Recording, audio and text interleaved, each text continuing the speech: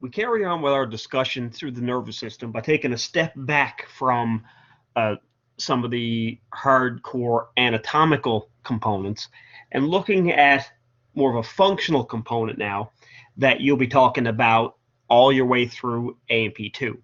And as a matter of fact, we've alluded to this particular topic several times already in A&P1. And that's going to be the autonomic or the involuntary nervous system. So when all is said and done here, we expect you guys to understand autonomic function, sympathetic versus parasympathetic. Look at how they differ from typical, what we've up to this point called somatic nervous system function, innervation to the muscle. We're going to look at the different pathways that each of these halves of the nervous system take to get to their target organs. We're going to look at the effects that both of these halves of the nervous system have on the body. Generally speaking, amping it up or slowing it down. And then finally, we're going to take a little bit of a closer look at the relationship between neurotransmitters, specific neurotransmitters, and specific receptors, and how we use receptor neurotransmitter mix and match, if you will, to determine the outcome at the end organ.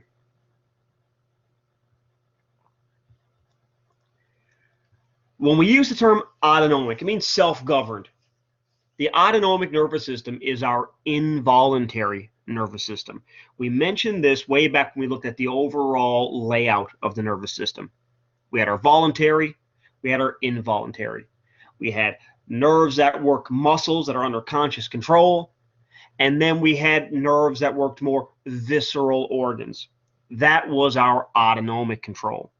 We are going to talk about a lot of autonomic function in A&P2 with regard to heart rate, respiration rate, blood pressure control, innervating the muscles that move foodstuffs through the GI tract,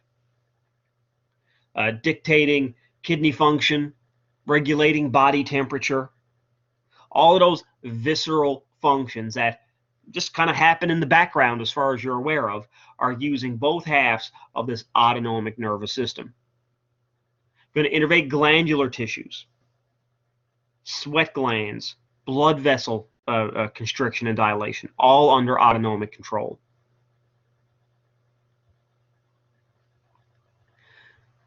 We'll use these and we can look at them as reflexes, but really I don't want us to step outside how we've envisioned this entire homeostatic network working up to this point. Receptor, control center, effector, creating that same sort of reflex arc that we looked at when we did our stretch reflexes, for example. We had a receptor fired into the central nervous system and immediately fired back out to regulate the end organ to prevent further stretch. So even though these will be considered reflexes, they will be reflexes that are a dramatic part of our homeostatic loop. So rather than calling it a reflex arc, I would prefer you start to picture it as that homeostatic cycle: receptor, control center, and effector, but in a very much of a reflexive manner because they don't involve conscious integration. The actions that you take at the heart, as far as heart rate goes, are going to be a product of, say, blood oxygen levels. You detect that at the receptor, you fire it through the control center, then you recruit the effector organ in a reflexive manner in order to counter the changes that were measured in the blood. One of the first ones you'll talk about in A&P2 is the baroreceptor reflex. Again, this can be easily pictured as a reflex arc. It has a sensory component, it has a motor component, and it doesn't involve a whole lot of conscious integration. It's a reflexive action based on what we detect at the receptor. But also in that same paradigm, receptor, control center, and effector. Always keep that pattern in mind when you're studying your A&P2 concepts, because you're going to be expected to understand how each of those feedback mechanisms are going to work.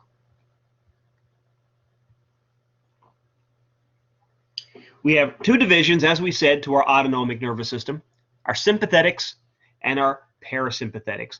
Now, generally speaking, the sympathetics amp the body up. They come with the tagline of fight or flight. Parasympathetics tend to have more of a calming effect on the body, and you get the tagline rest and digest. Now, it's important to realize that once you enter these states, these are full body states. We'll list a lot of individual effects that we see within fight or flight versus rest and digest, but we don't get to order a la carte. The whole system rise and fall depending on which half of that nervous system we see in effect. So, for example, if we get sympathetic nervous system dominance, we go into a fight or flight. Your body is ready to fight off somebody or it's ready to run away from somebody. Regardless, you see an increased heart rate, blood pressure. You see an increase in respiration rate. Blood vessels to the skeletal muscle are going to dilate. Bronchioles in the lungs are going to dilate for more free flow of air. Blood glucose levels are going to elevate. Muscle tone elevates. Pupils are going to dilate. Everything you need to be physically capable of exercise, competition. It's the effects you get when you're angry or afraid, traumatized. Those are all amped up in function, but we don't see amping up across the board. There are certain functions that are not going to be deemed important when we look at those particular scenarios. We see reduced blood flow to the skin during times of fight or flight. We see decreased digestive tract function. And we see decreased urinary production. When we look at the parasympathetics, we can almost describe them as the opposite.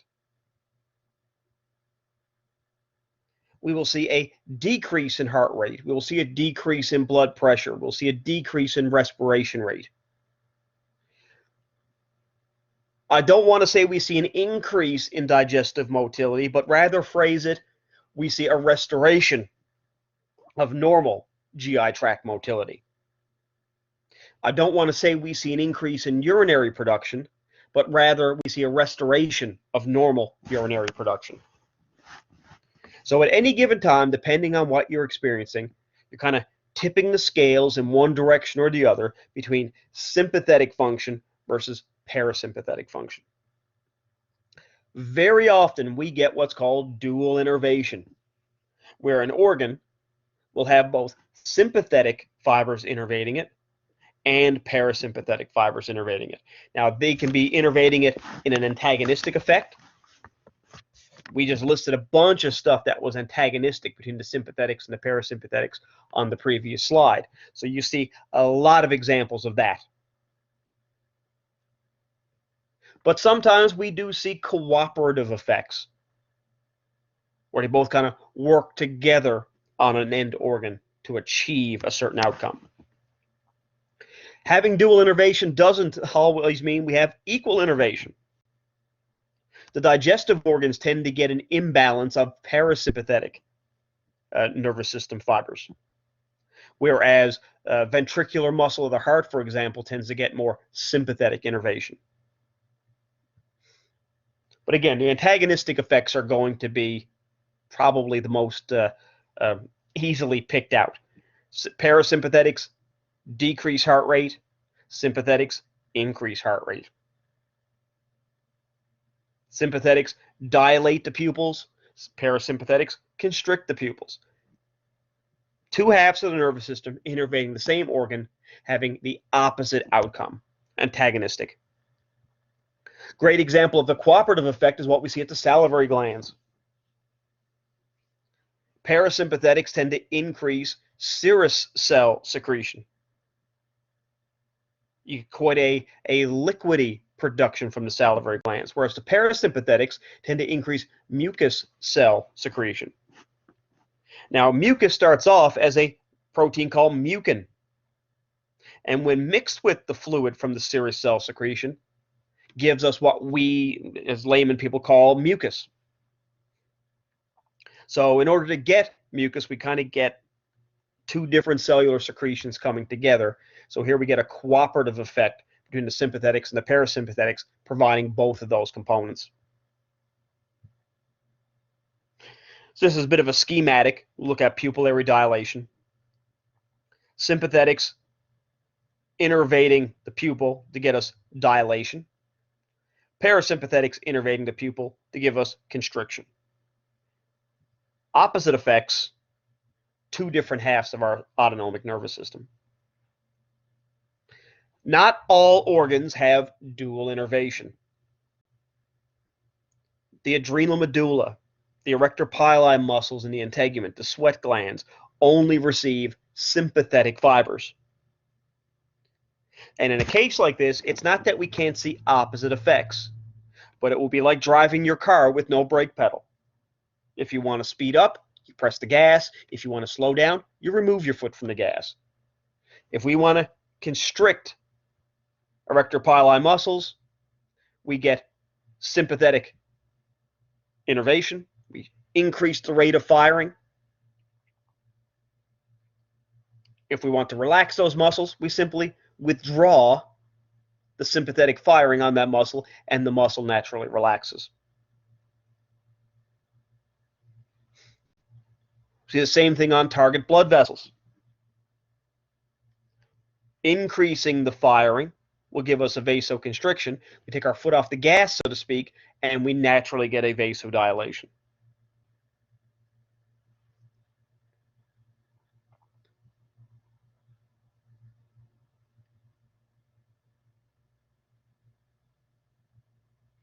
At any given time, we do see an awful lot of background tone. Now, we would have mentioned this briefly when we talked about muscle as a concept. Even when your muscles are relaxed, they're not really relaxed. There's still going to be a certain amount of alpha motor neuron input into that muscle, giving it just enough tone to not provide the tension to move the joints. But at the times when you want to constrict the muscle, it's ready to go. So we will always see a certain degree of sympathetic and parasympathetic tone exerted on various organs. And this is really only to speed up the rate of response that we want to elicit if we do have to quickly switch to a fight or flight or a rest and digest format. Now, anatomically speaking, we get quite a difference in origination and pathways for both our sympathetic and parasympathetic. Both of which, though, will always have components in both the central and the peripheral nervous system. We'll see various nuclei in the hypothalamus and the brainstem regions. Now, nuclei, we use that term when we did the brain and the brainstem. We used the word nuclei a lot. We had our inferior olivary nucleus. We had our pontine nucleus. The word nuclei in that concept refers to a grouping of cell bodies inside the central nervous system. Remember, a lot of those nuclei were relay stations. So we need to have cell bodies there to pick up the stimulus from a presynaptic neuron. We will see fibers leave these nuclei and extend from the spinal cord and go through peripheral ganglia. A ganglia is a grouping of cell bodies in the peripheral nervous system. So essentially, a nuclei and a ganglia are very similar, just location. And we'll also see them travel using existing cranial nerves and spinal nerves in order to reach their target locations. When we're looking at the pathways, we first have to compare it to the somatic motor pathway. That's what we should be familiar with so far. So it's a lot easier to describe our autonomic pathways in relation to our somatic pathway than it is to simply start over and start describing from scratch. If you remember our somatic pathway, here was our spinal nerve. Any motor fibers in that nerve had their cell bodies at the anterior gray horn of the spinal cord. Those fibers would exit the front of the cord through the anterior rootlet, merge with the spinal nerve, and then continue all the way out to our muscle organ. Same neuron, with the cell body in the spinal cord and the axon terminals way out at the neuromuscular junction of the target organ.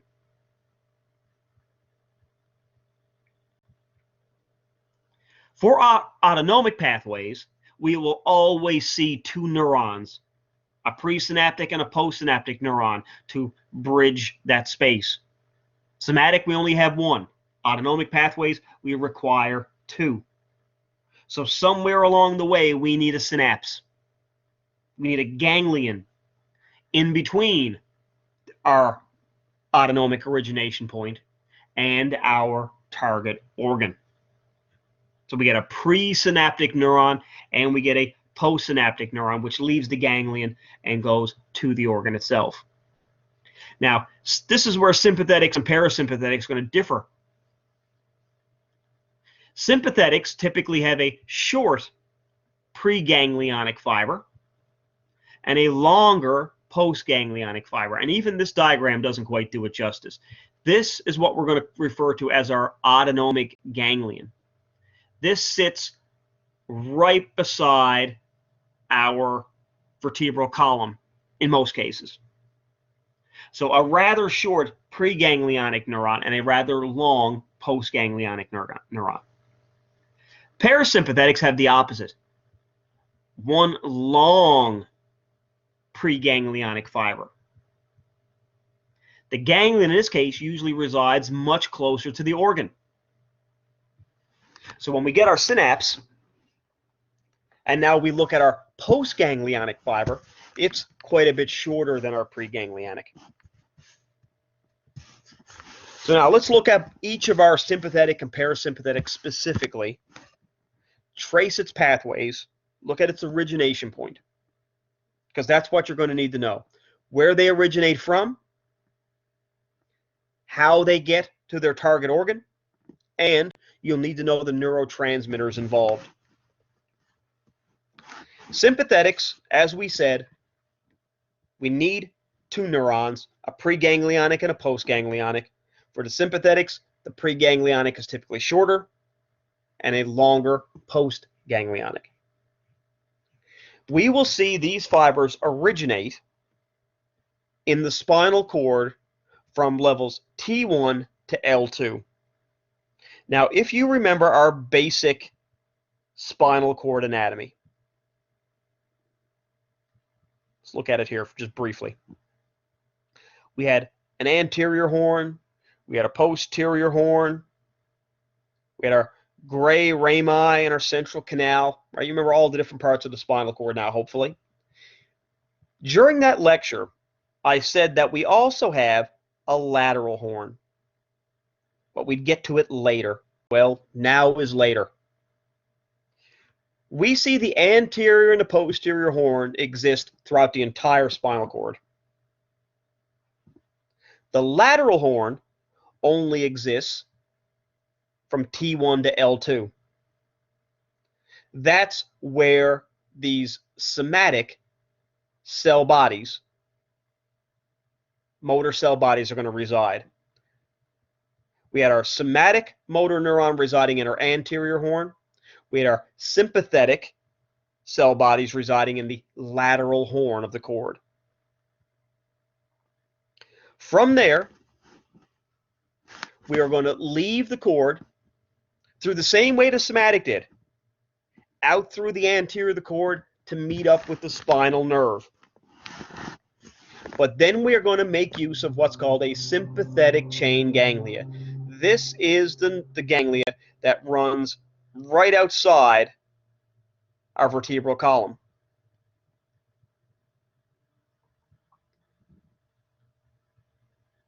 When we looked at somatic nerves leaving the cord, it was very regional. Nerves that left the neck went down the arm. Nerves that came out of the lumbosacral went down the legs. However, we want our sympathetic nerves to innervate the entire body.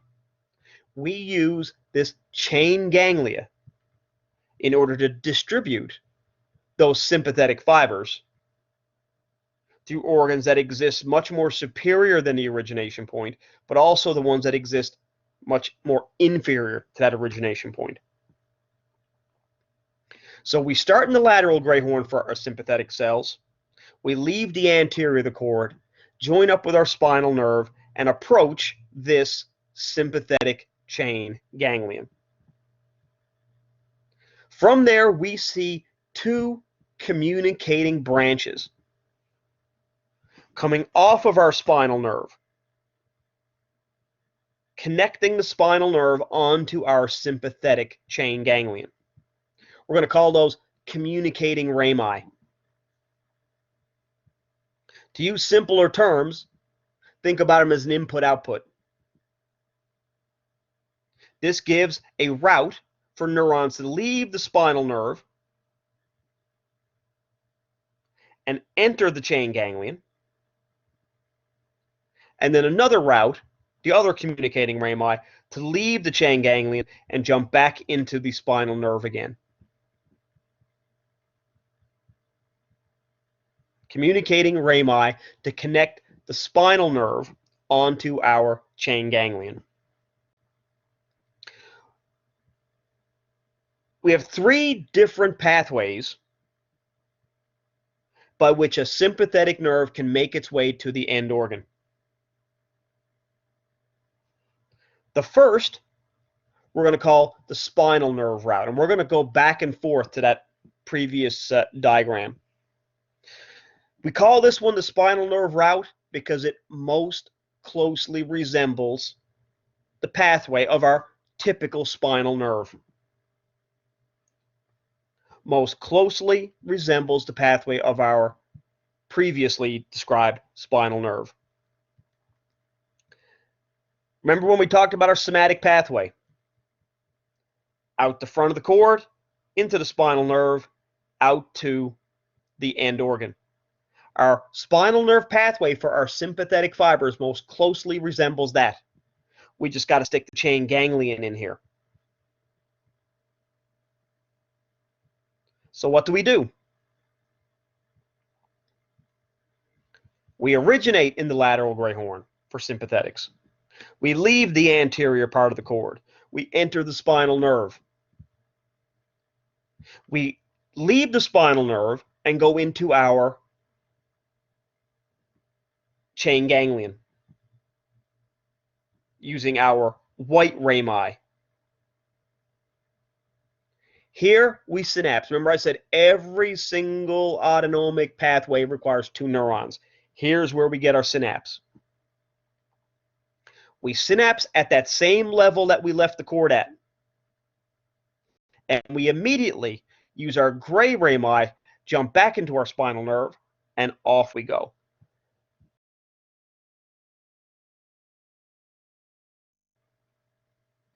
All the way to the end organ now. So aside from this little U-turn, giving us our synapse, this one most closely resembles our typical somatic spinal nerve pathway. So we call it our spinal nerve route. The next one is the sympathetic nerve route. We call it the sympathetic nerve route because it most adequately uses the sympathetic chain ganglion. Remember, the sympathetic chain ganglion was that long ganglion that runs up and down the outside of the vertebral canal. This one makes the greatest use of it. Remember, we rely on that chain ganglion in order to get neurons that might leave one part of the cord. We can use that chain ganglion to ascend or descend the body so we can have post-ganglionic fibers leave the chain ganglion at a different origination point than it came out of the cord. Our spinal nerve route started at one part of the cord, left the cord, jumped in the chain ganglion, but then wound up staying at the same level as it exited the chain ganglion. For the sympathetic nerve route, we get to ascend or descend the chain ganglion. So let's look at our diagram again. We start in the lateral gray horn, same place that all sympathetic neurons are going to start. We exit the anterior of the cord again. We join the spinal nerve again. We leave the spinal nerve and go through our white rami into our chain ganglion. But this time, rather than synapse and immediately exit the chain ganglion again, we continue down or up. And we synapse at a different level in the chain ganglion than we did based on our origination point from the spinal cord. Once we synapse in the chain ganglion, then we can use the gray rami of that particular part of the chain ganglion to jump into the spinal nerve that will be running next to it and approach our target organ in that manner. So we still get two neurons, but the synapse occurs at a different level in the chain ganglion than the origination point from the spinal cord. Our third type is our splanchnic nerve route. Remember, we had a reason for each name. The spinal nerve route most closely resembled what we'd previously studied, the sympathetic, the somatic nerve route. The sympathetic nerve route made the greatest use of our sympathetic chain. The splanchnic nerve does none of the above. It bucks the trend of previously known anatomy and pathways. If we look at our splanchnic nerve route, we start in the same place, lateral gray horn. We still leave the front of the cord. We still jump into the same spinal nerve. We still use the same white rami communicating into our chain ganglion. But this time, we don't synapse in the chain ganglion. We simply pass through it. And we synapse in what's called a collateral ganglion, further out from the cord. It's the nerve from the sympathetic chain out to our collateral ganglion that we call our splanchnic nerve. In all of our other nerves, by the time we looked at where the sympathetic nerves would leave our sympathetic chain, that nerve shared function. Not only did it have sympathetic fibers in it, but it also had sensory nerve fibers and motor nerve somatic fibers. Splanchnic nerves are going to be purely made up of sympathetic neurons. Synapsing in a collateral ganglion, then off to our end organ. Those collateral ganglion are going to create what we call plexus. Now, we've used that term before, too.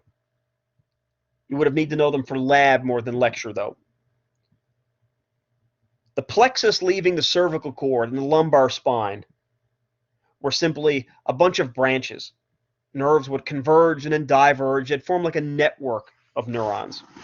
And that's what we see coming from our collateral ganglia, except this time associated with some of our visceral organs. We see a celiac, a superior mesenteric, and an inferior mesenteric collateral ganglion, forming a network of nerves that would innervate the visceral organs in that region. Large intestine, small intestine.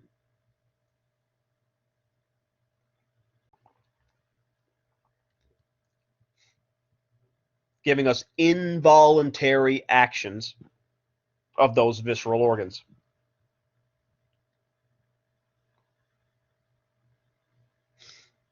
We see quite an extensive neuronal divergence with respect to the sympathetic division. We're basically spreading out. And again, I want to emphasize that fight or flight and rest and digest, those are full body phenomena. You don't get to only have elevated blood pressure. If you're in fight or flight, you get the full spectrum of physiological effects. Now, we can't finish our discussion on sympathetics without mentioning the adrenal glands. Even though the adrenal glands are hormonal, the adrenal medulla in particular, the internal portion of the adrenal glands, is very much thought of to be a simple extension of the sympathetic division. All of the effects that we talked about with sympathetics, increased heart rate, increased muscle tone, increased blood pressure. If I were to ask you before we talked about this, what effects does adrenaline have on the body, you would have listed those same things. Adrenaline is a hormone secreted from the adrenal medulla. So now we get this parallel functioning. Nervous system innervation giving us a heightened response, and endocrine function giving us a heightened response. Both of those systems working in parallel as the sympathetics recruit our adrenal medulla to get endocrine reinforcement. Parasympathetics have different origination points. Remember, I said you need to know where these fibers originate, and you need to know the pathways. For sympathetics, we had the lateral gray horn. Then we had our three routes: spinal nerve route, sympathetic nerve route, splanchnic nerve route. Here we get origination points in our brainstem, midbrain pons and medulla, and the sacrum part of the cord, S2 through S4. From each of those places, we get this long preganglionic fiber out to a ganglion as close to the end organ, synapses, and then we get a short postganglionic fiber going to the rest of the organ, taking it the rest of the way. We use 4 cranial nerves to carry our parasympathetic fibers. We have our oculomotor nerve, giving us pupillary constriction. We have our facial nerve. Facial nerve, you learned, innervated the muscles of facial expression. Autonomically, the facial nerve also generates tear production, innervates the nasal mucosa to produce mucus, and innervates the salivary glands. Remember, to produce that serous fluid. We had cranial nerve 9, innervating the parotid glands of the salivary system. And the big one that you'll spend more time talking about than the others is the vagus nerve. This is going to be the motor nerve, carrying motor parasympathetic neurons to the visceral organs, the heart, the respiratory, digestive. So this is the one you'll focus on more for AMP2 and those feedback loops. So again, a little bit of a different pathway, originating from the brainstem, using our 4 cranial nerves to innervate, originating from the sacrum, S2 to S4, innervating many of the pelvic organs. Now, to complete our nervous system structural topics, we really can't go on without mentioning a whole different animal, the enteric nervous system. Essentially, it's the nervous system of the digestive tract. It's the only part of the nervous system's function that we can talk about that doesn't include any components in the central nervous system. It's purely peripheral. It has its own reflex arcs, sensory and motor, but that reflex arc does not go into the central. And we use this enteric system to regulate esophageal function, stomach, small intestine, large intestine, secretion along those walls. And we use our sympathetic and parasympathetic systems to oversee the enteric system. So it's not like the enteric system functions all in of itself. It's its own system because it has its own reflex arcs. But we can use our sympathetics and our parasympathetics to moderate the enteric. Now we get to the topic where people are going to start to look at it as a more complicated scenario. And I encourage you to compartmentalize as much of this as you can. What I'm looking for you to get out of this is how we can have one nerve, but also potentially get excitatory and inhibitory function from that one nerve. Because now we start to explore the neurotransmitter, which very often we can consider excitatory or inhibitory in function. But those functional designations are only going to be relative a lot of times to the types of receptors it binds to. You get the right type of neurotransmitter binding to the right type of receptor, and you get excitatory action. You get a different neurotransmitter binding to a different type of receptor, and you get inhibitory action. So it's a mix and match, if you will, between neurotransmitters and receptors before we can determine excitatory versus inhibitory. The first neurotransmitter we have to talk about is acetylcholine. Very popular one. This is the one we mentioned when we talked about muscle contraction. This was the neurotransmitter secreted at the end of a motor neuron on a muscle. Acetylcholine, referred to as cholinergic fibers.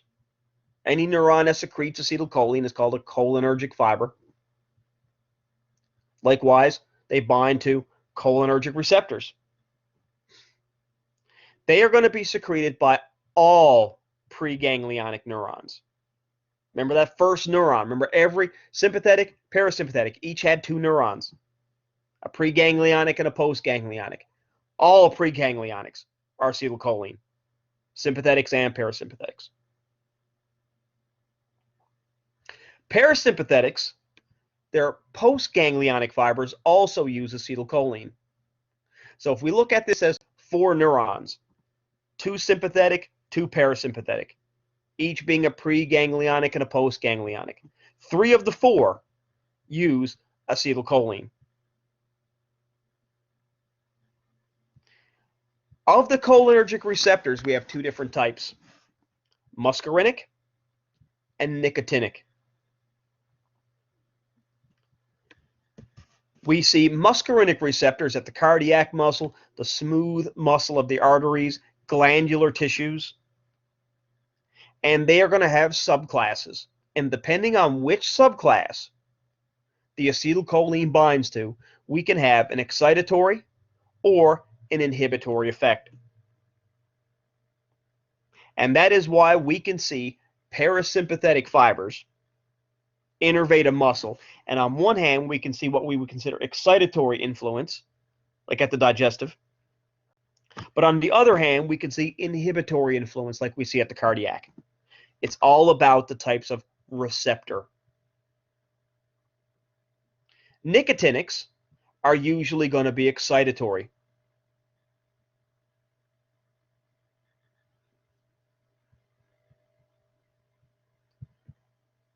The other neurotransmitter is norepinephrine. Almost all sympathetic postganglionic neurons have norepinephrine. Again, we have two different types of receptors. Our alpha, and we usually refer to these as adrenergic. Cholinergic for the acetylcholine, adrenergic for the norepinephrine.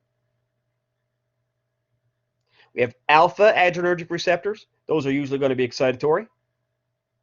We have beta adrenergic receptors. Those are usually going to be inhibitory. So again,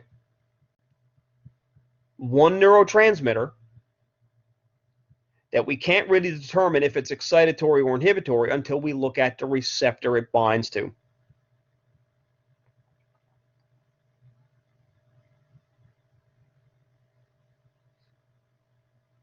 Based on the combination of the neurotransmitter and the receptor will give us our function or our effect at the end organ. So for now, just gain an appreciation for that. It's hard to get into the specifics of this because we haven't talked about these visceral organ systems yet. But this is going to be a set of notes you might want to keep on hand for when you do cardiac, respiratory, renal, digestive, because you'll be talking about sympathetic and parasympathetic innervation on those particular organ systems to get excitation, to get inhibition, depending on the feedback mechanism that we're seeing.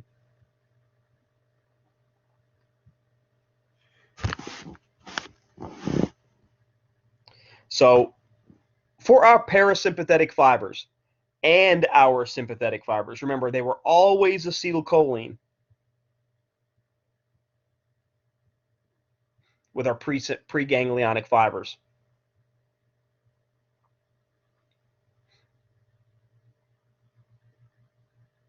For our postganglionic fibers, the parasympathetics were always acetylcholine. The postganglionic fibers from the sympathetics were usually norepinephrine.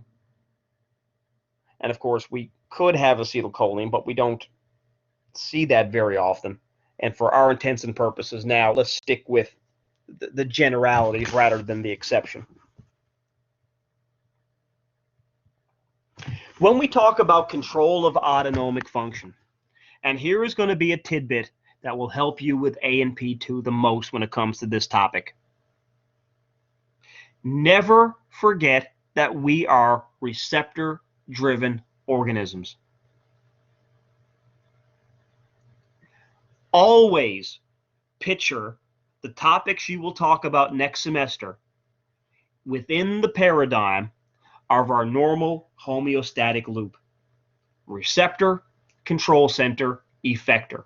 And by that pathway, we never innervate an end organ unless we're given innervation by or information by a receptor first that would warrant us to recruit that organ. That is an important concept to realize, and it will save you dozens of points on an exam. For our sympathetics, for example,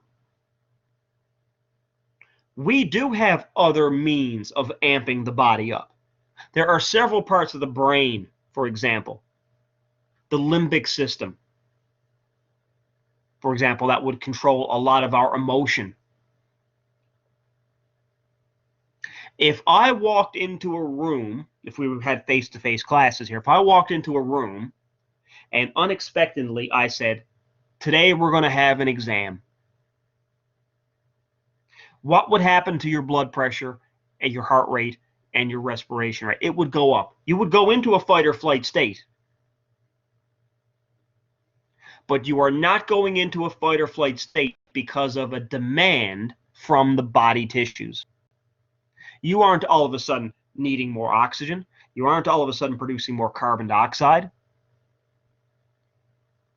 It is the fear and anxiety centers in your cerebral cortex that were triggered by the potential catastrophe of an unexpected exam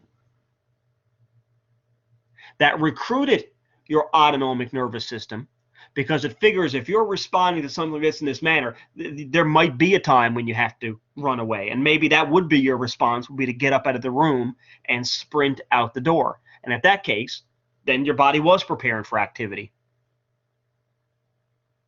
But we can think about past experiences while you lay in the comfort of your house. Something that really upset you years ago, maybe, that would make you angry, to make your blood pressure elevate. That, generally speaking, is not the paradigm we're operating in.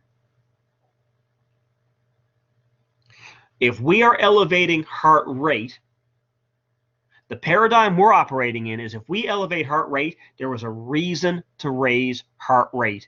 We needed to move blood faster through the system in order to supply the tissues with what it needs. So in AMP2, when you talk about the baroreceptor reflex for blood pressure, when you talk about how the respiratory system helps regulate blood gas levels, blood pH, always remember that if you're increasing or decreasing heart rate, or if you're increasing or decreasing respiration rate, you are doing that because of something that receptors told you that required the need to raise or decrease heart rate or increase or decrease respiration rate. Always think about it from a receptor level first, because what we do at the organs is only there to regulate what the receptors are detecting. That concept right there, if you get that down early in cardio, will save you 15% on your first cardio exam. It's important to realize that that's the function we want to look at.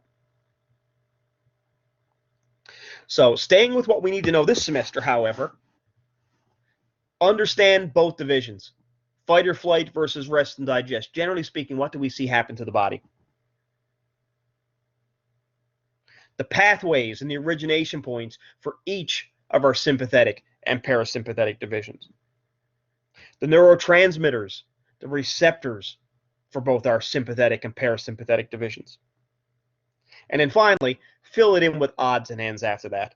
What's the enteric system? For example, the adrenal medulla. Then you can round out your topic with those accessory tidbits of information. The next place we have to go to finish off neuro completely is going to be special senses. We'll look at vision, we'll look at hearing, taste, smell, and so on. But if you have any questions over this component, please reach out and let me know, and we will take care of it at that time. Thank you.